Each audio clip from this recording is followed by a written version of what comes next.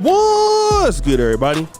It's your boy, O'Shane Duke Jackson, back at it again with another episode of The Celebrity Jump. I've been able to talk to my brother Kevin Samuels a lot lately. I've been dealing with a personal death here, with Kim and everything, so we hadn't really chopped it up. But he told me about an Instagram video that he did, and he also reiterated that on yesterday, which is called Women Need to Work for High Value Men. Now, I'm gonna go ahead and ask him if I could respond to those clips. He said it was fine. But, Kevin is really calculated in what he does. He's a very, very high IQ. He's a very intelligent man. And one of the things that you can see, a lot of times people get stuck in the red pill space, just stuck at,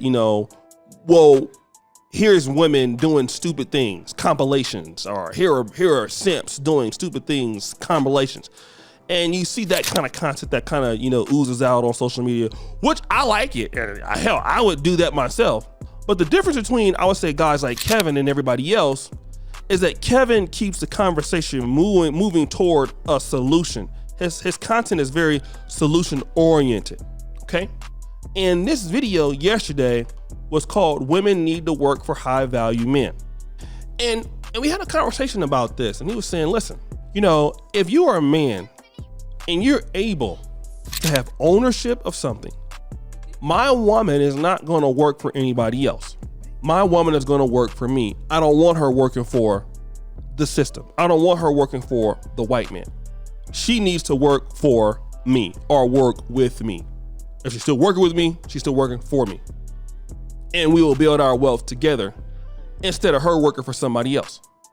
Now, let me tell you how powerful this mindset is, because this is the same mindset that the Nation of Islam has. Now, many brothers have a problem, with Louis Farrakhan or the Nation or for whatever issues that they may have had in the past. But when we look at black women in the black community and the ones who are the most feminine, the ones who are the most contributing as far as femininity is concerned. And a lot of times in the early days of the Nations, you had a lot of people that were coming to the Nation that were not coming from elite families. They were coming from, drugs, coming from prostitution. And one thing about Elijah Muhammad is he was able to clean these people up. Look at Malcolm X. Look at some of the early fruits of Islam.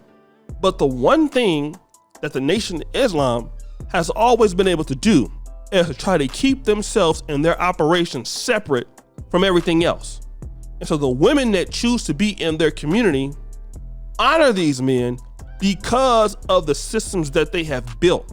So the women are loyal to the nation. That's why their women act like they do. That's why they have their own schools to teach their children. That's why they have their own restaurants, and they push their own diets, and they push their own books and their own literature. And that is why they have that, because they are a nation within a nation.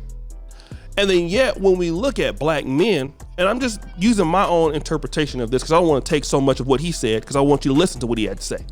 But many black men can complain about the attitudes of black women when a lot of our women work for the system. Now, I know what you're going to say. Well, the Mexican man don't have that problem, and the Chinese men don't have that problem, which I agree with. But here's the situation. They also have not been through what we've been through. They also have not been hindered how we've been hindered. Black men have been pretty much left for dead. We see it with the emasculation of black masculinity. We've seen how they have tried to tear away the African-American man and his ability to lead. So when it comes to us, we don't have our same cultures and things like that. Like when I come to Uganda, it's different because I'm foreign on their soil, So I don't experience the same problems as a person that's been born in Kenya or been born in Uganda or born in South Africa. I have an advantage with that because I don't experience something you've been through. That's the same thing with other groups. We've been through a lot of torture, so our women tend not to look at us in the same way. It's harder for us to get that same approval. But what is ultimate of a high value man is saying that I'm good enough in the industry, I have enough skill, I have enough network, I have enough backing that my woman don't have to work for nobody else. And even better, she makes more money working for me or with me. So my woman respects me because not only am I her leader, I am her provider, and I'm also her business partner or her boss. And this is changing the narrative to do something that it brings black men and black women together. And I know what we're talking about, well, what happens if they're divorced and all this, and I get what you're saying there. But I understand where he's going with this. Women need to work for high value men, because when they go out there in white America, they work for high value white men. But no, when you work for the high value black men, you're gonna have some respect. You're gonna be a lady working for high value black men. And that man is saying now that, listen, my entrepreneurship, I'm gonna be out there competing on the same level as everybody else. Now I understand we're gonna come across this trope, which is where everybody cannot be a business owner. I agree, okay? I agree. But that doesn't mean that you can't be a real estate investor. It doesn't take you from being a silent partner.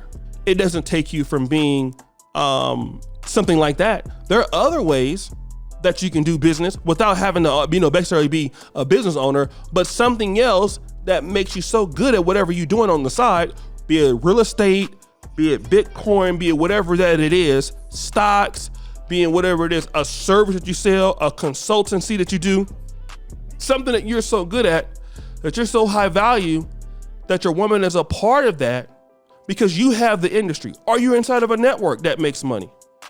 And this is pushing the mind frame to tell black men to say, hey, you need to build the society that you want to see.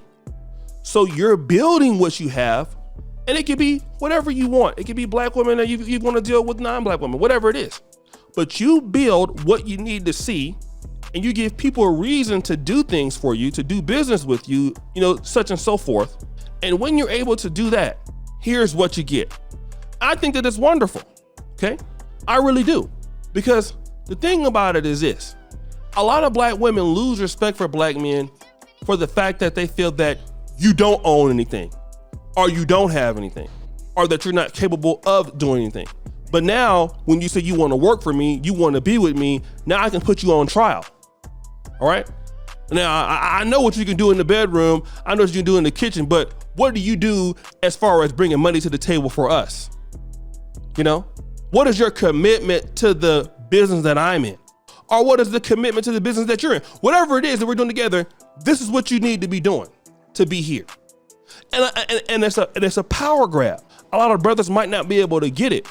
But the thing that I like is that more black men, even if you can't achieve it, we need to be pushing it more towards that thinking of self-ownership, that thinking of self-network, that thinking of getting it out the mud to build for the communities and for the women that you want to have in your life. I think that it's great. So guys, what do you think? It's your boy, O'Shea Duke Jackson, back at it again with another episode of The Celebrity Junk. I really appreciate you for all that you do. Check out the first one at the top. And as you know, the buffoonery remains an all-time high. I'm out.